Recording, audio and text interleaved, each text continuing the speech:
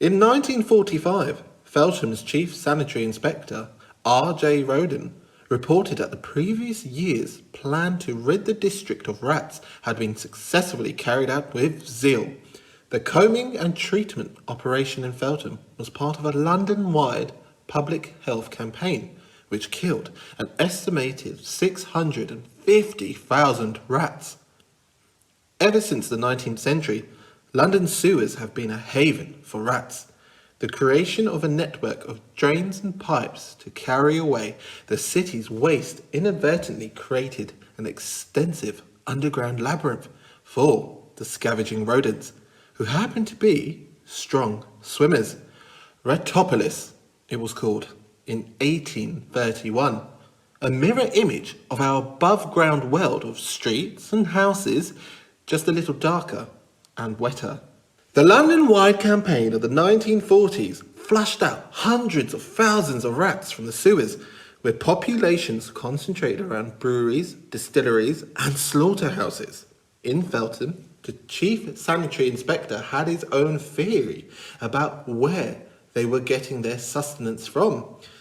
I find a large number of complaints received can be traced to chicken keeping, food being thrown about without due care. Maybe he was onto something. Rats, like chickens, have been around in Britain a lot longer than our Victorian sewer network. Archaeological digs in the city of London have found rat bones dating back to Roman times. Rats, again like chickens, are not native to Britain and were probably first carried over on ships from the Mediterranean. In the medieval period, they were to become associated with the bubonic plague or Black Death. The disease, which is actually transmitted by fleas carried by rats, killed between 17,000 and 50,000 Londoners in 1348. It struck again in 1665 to 1666, wiping out 15% of the population.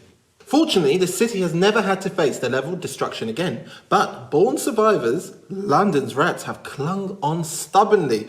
In 1950, Feltham's new chief sanitary inspector, Francis Bell, noticed a slight infestation after test baiting the sewers in the area.